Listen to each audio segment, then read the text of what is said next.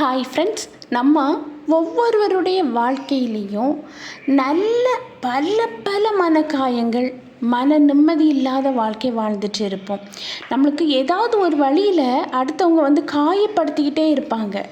இந்த காயப்படுத்தின உறவுகள்கிட்ட இப்படி தாங்க வாழணும், எப்படி வாழனே தெரியாமல் பூதாமல் அவங்க தந்த காயத்தை நினச்சி ஒரு இடத்துல சோர்வாக அமர்ந்துட்டு இருக்கவங்களுக்கான வீடியோ.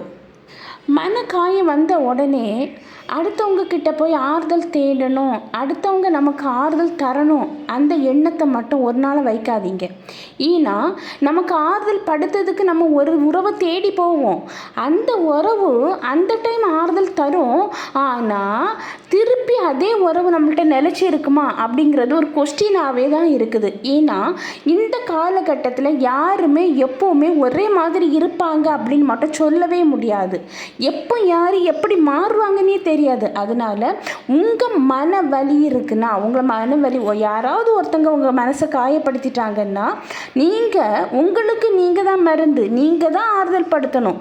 ஆறுதலுக்காக இன்னும் ஒரு உறவுகளை தயவு செய்து தேடி போகவே போகாதீங்க. அதே போல் சிலவங்களை பார்த்தீங்கன்னா தனக்கிட்ட இருக்கிற குறைகளை பெருசாக யோசிக்கவே மாட்டாங்க. ஆனால் அடுத்தவங்க என்ன குறை இருக்கு அவங்கக்கிட்ட அப்படின்னு சொல்லி அதை தோண்டி தோண்டி தோண்டி தோண்டி கண்டுபிடிக்க ஆரம்பிப்பாங்க. இது என்னென்னா, நம்ம முன்ன வச்சு நம்மளை பற்றி யாருக்கிட்ட எந்த ஒரு குறையும் சொல்ல மாட்டாங்க. நமக்கு பிடிச்சது மாதிரி நல்லவங்க மாதிரி நடித்து பேசுவாங்க. ஆனால் நம்ம தலை மட்டும் மறைஞ்சிட்டுன்னு வைங்களேன், நம்மளை பற்றி என்னெல்லாம் சொல்ல முடியுமோ அதெல்லாம் சொல்லி புறம் பேசுவாங்க. இதில் நம்ம கவலைப்படுறதுக்கு எந்த ஒரு விஷயமும் இல்லை. ஐயோ இவங்க இப்படி சொல்லிட்டாங்களே அப்படின்லாம் யோசிக்காதீங்க. இது ஒரு விதம் நல்லதுன்னு சொல்லுவேன். எப்படின்னு சொல்லி யோசிக்கிறீங்களா? ஆமாங்க, உங்கள் முன்ன வச்சு உங்களை பற்றி பேச அவங்களுக்கு பயம், அதுக்கு தைரியம் கிடையாது. அதனால தான் நீங்கள் போன பிறகு உங்களை பற்றி புறம் பேசிகிட்டு இருக்காங்க.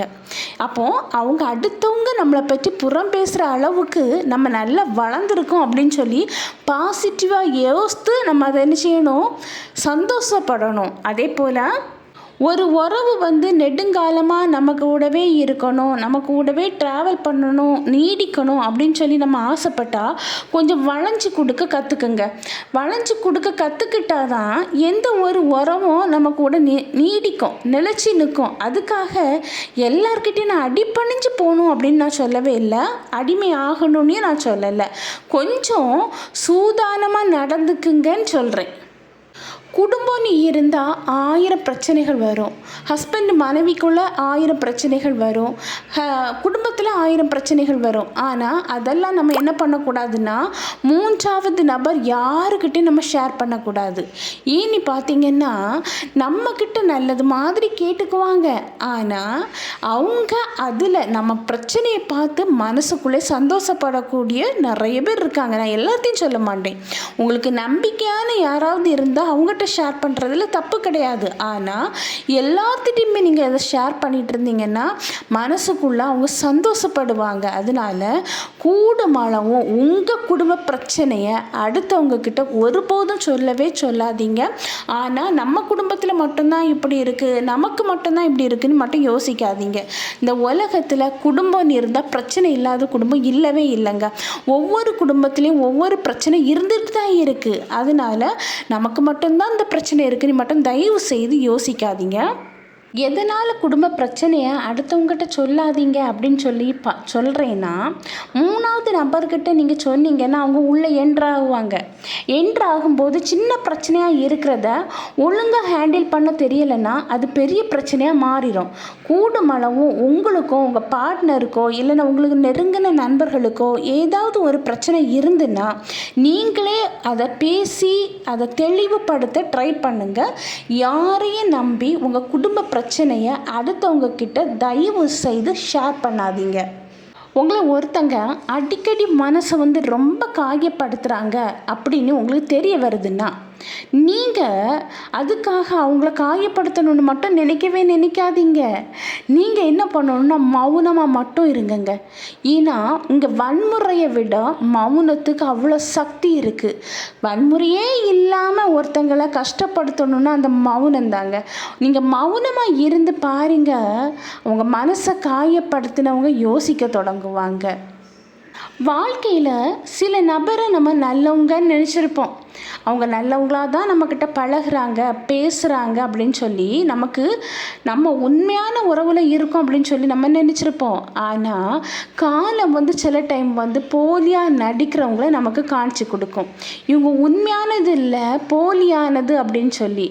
ஆனாலும் அந்த முகமுடி, அதாவது அவங்க உண்மையான முகமுடி இன்னது அப்படின்னு நமக்கு தெரிஞ்சிடும். அப்படி தெரிஞ்ச பிறகு வர சிலவங்க அவங்கள விட்டு விலக மாட்டாங்க. ஒருவேளை உங்கள் வாழ்க்கையில் யாராவது ஒருத்தங்க உங்ககிட்ட போலியாக இருக்கிறாங்க அப்படின்னு சொல்லி உங்களுக்கு அந்த காலம் காமிச்சு தந்துன்னா நீங்கள் மௌனமாக அவங்கள விட்டு விலகி வந்துடுங்க. இல்லை, நான் இவ்வளோ நாள் நான் அவங்ககிட்ட பழகிட்டேன், பேசிட்டேன், அவங்க எனக்கு உண்மையாக இல்லைனாலும் நான் உங்களுக்கு உண்மையாக இருக்கிறேன், நான் இனி அவங்கள விட்டுட்டு வரமாட்டேன் அப்படின்னு சொல்லி அவங்க முகமுடி, அதாவது போலியான முகம், இதுதான் உண்மையான முகம் இல்லை, இவங்க நடிச்சிட்டு இருக்காங்க அப்படின்னு சொல்லி தெரிஞ்ச வந்த பிறகும் நீங்கள் அப்படி இருந்தீங்கன்னா நீங்கள் பட்டு தான் திருந்துவீங்க. ஏன்னா சொல்லி திருந்தாதது என்ன செய்யும், பட்டு திருந்தோன்னு சொல்லுவாங்க. அதனால் ஒருத்தங்க போலியாக இருக்காங்கன்னு தெரிஞ்ச அடுத்த செகண்டே அவங்கள்ட்ட விலகி வர பாருங்க. அதே போல் யாரையுமே நீங்கள் டிபெண்ட் பண்ணி இருக்காதீங்க. எப்படின்னா, யாராவது ஒருத்தங்க நீங்கள் டிபெண்ட் பண்ணி இருக்கீங்கன்னா அவங்களுக்கு நீங்கள் அடிமையாக இருக்கீங்க அப்படின்னு சொல்லுவேன். ஏதாவது ஒரு தேவைகளுக்காக யாருக்கிட்டையாவது, எக்ஸாம்பிளுக்கு சொல்லிகிட்ருக்கேன், நீங்கள் இன்றைக்கி காசு வாங்கியிருக்கீங்க அப்படின்னாலே நீங்கள் அவங்களுக்கு அடிமை அப்படின்னு சொல்லுவேன். ஏன்னா நீங்கள் ஏதாவது அவங்கக்கிட்ட நீங்கள் வாங்கினீங்கன்னா அவங்க ஏதாவது உங்களை செய்ய சொல்லி கேட்டாங்கன்னா கண்டிப்பாக நீங்கள் செய்து ஆகணும். அதனால நீங்கள் யாருக்கிட்டையும் டிபெண்ட் பண்ணி மட்டும் இருக்காதீங்க. குறிப்பாக பெண்கள் தனியானா பிரிஞ்சு வாழ நான் சொல்லலைங்க, யாருடைய தயவையும் எதிர்பார்த்து வாழக்கூடிய நிலைமையில் இல்லாமல் நீங்களே தனியாக நின்று வாழக்கூடிய அந்த தைரியத்தை சம்பாதிங்கன்னு சொல்கிறேன். எத்தனை பெண்களோ இன்னைக்கு வீட்டுக்குள்ளேயே உட்கார்ந்துருந்து வெளி உலகம்னா என்ன அப்படின்னு தெரியாமல் ஒரு யாரையாவது ஒருத்தங்க சார்ந்து வாழ்ந்துட்டு இருக்காங்க. அவங்க நிம்மதியாக வாழ்ந்துருக்காங்களா அப்படின்னு சொல்லி பார்த்தா இல்லைங்க. அதனால உங்களாலேயும் முடியும், நீங்களும் வாழலாம். அப்படின்னு நீங்கள் வாழணும். உங்களுக்குன்னு ஏதாவது ஒன்று கற்று வச்சுக்குங்க. யாருடைய கையை எதிர்பார்க்காம வாழ கற்றுக்குங்கன்னு சொல்கிறேன். பிரிஞ்சு வாழ சொல்லலைங்க, யாருடைய கையையும், அதாவது அவங்க ஏதாவது ஹெல்ப் பண்ண மாட்டாங்களா அப்படின்னு சொல்லி எதிர்பார்த்து நின்று வாழக்கூடிய வாழ்க்கையை தகர்த்து எறிங்கன்னு சொல்கிறேன். அந்த அடிமையான வாழ்க்கையிலேருந்து வெளியே வர சொல்கிறேன். தயவு செய்து யார்கிட்டையும் கையேந்தி மட்டும் நம்ம பொருளாக இருக்கலாம், பண வசதியாக இருக்கலாம், பெண்ணு கையேந்தி டிபெண்ட் பண்ணி வாழக்கூடிய வாழ்க்கை அது ஒரு நல்ல வாழ்க்கை இல்லை, ஒரு அடிமையின் வாழ்க்கை அப்படின்னே சொல்லலாம்.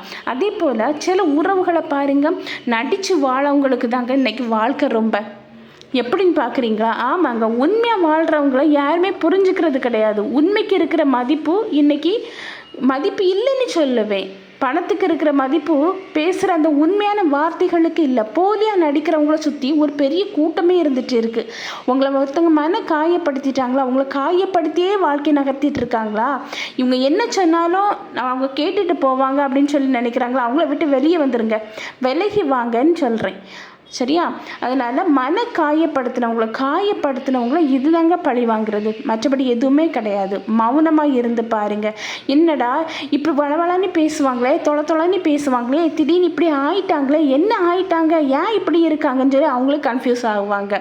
மௌனமே சிறந்த ஆயுதம். உங்களை காயப்படுத்திய உறவுக்கு மௌனமே சிறந்த ஆயுதம். ஓகே ஃப்ரெண்ட்ஸ், இந்த வீடியோ உங்களுக்கு பயனுள்ளதாக இருக்கும்னு நினைக்கிறேன். நான் உங்களை நெக்ஸ்ட் வீடியோவில் மீட் பண்ணுறேன். பாய்.